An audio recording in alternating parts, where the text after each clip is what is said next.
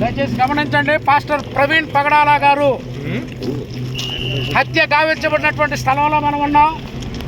Police అధికారులు కానీ, ప్రభుత్వ అధికారులు కానీ, రాజకీయ నాయకులు కానీ దీనిని యాక్సిడెంట్గా చిత్రీకరిస్తూ ఉన్నారు. ఈ యాక్సిడెంట్ జరిగిన ప్రదేశానికి కొన్ని కిలోమీటర్ల దూరానే ప్రవీణ్ పగడాల గారి బండి యొక్క లైట్లు డ్యామేజ్ అయినాయి, మెయిన్ లైట్లు ఆగిపోయినాయి.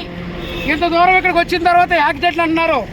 యాక్సిడెంట్ జరిగిన బండిని ఇక్కడ మనం లైవ్లో చూస్తూ ఉన్నాం.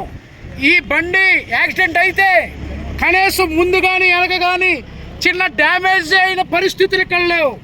కనుక దీనిని ప్రభుత్వ అధికారులు, పోలీసులు నిష్పక్షపాతంగా విచారణ చేసి ఈ హత్య వెనకాల ఎవరున్నారో, ఈ హత్యకు కారణాలేంటో, ఇది ప్రమాదం అని చెప్తూ ఉన్నారు.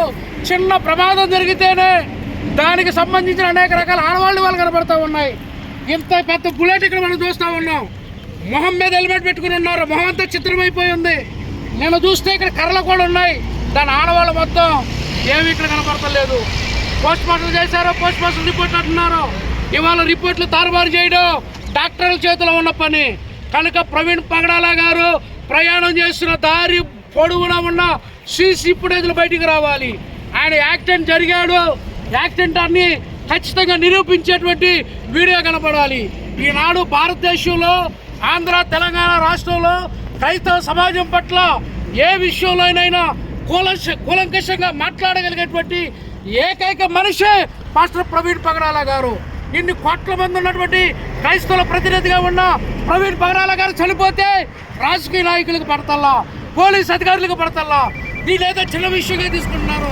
ఏదో సామాన్యమైన ఒక పాస్టర్, చిన్నపాటి పాస్టర్ చనిపోయాడు అనుకుంటున్నారు. కనుక ఎన్ని దాచిన నిజాలు దాగో ఈ సీసీటీవీ ఫుటేజ్ ఏదో చిన్న ఫుటేజ్ బయట పెడుతున్నారు.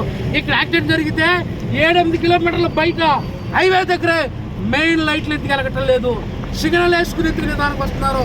ఏ పోలీస్ అధికారి కూడా సరైన సమాధానం చెప్పటల్లా, ఏ రాజకీయ నాయకుడు కూడా సరైన సమాధానం చెప్పటల్లా. ఎవరు మర్చిపోయినా యథార్థం అనేది అది ఏనాటికైనా బయటకు వస్తుంది. ఇప్పటికైనా ప్రభుత్వాలు కళ్ళు తెరవండి. దేవుడు అన్ని చూస్తూ ఉన్నాడు. ప్రభుత్వాలు పట్టించుకోకపోతే, పోలీసులు పట్టించుకోకపోతే దాని మూల్యం దేవుడు మీ పట్ల చూసుకుంటాడు. కనుక ఎప్పుడైనా క్రైస్తవ సమాజం కళ్ళు తెరవండి, రాజకీయ నాయకులు కళ్ళు తెరవండి. ఈ మరణం పట్ల స్పష్టమైన నిజ నిర్ధారణ ప్రజలకు తెలియపరచండి. అప్పుడు ప్రజల్లో ఉన్న అపోహలన్నీ తొలగిపోతాయి. కనుక ఈ విషయాన్ని మీరంతా గుర్తుపెట్టుకోండి. ఏ స్థలంలో క్రైస్తవులు ఉన్నా దీని మీద మీరు కలవెత్తండి.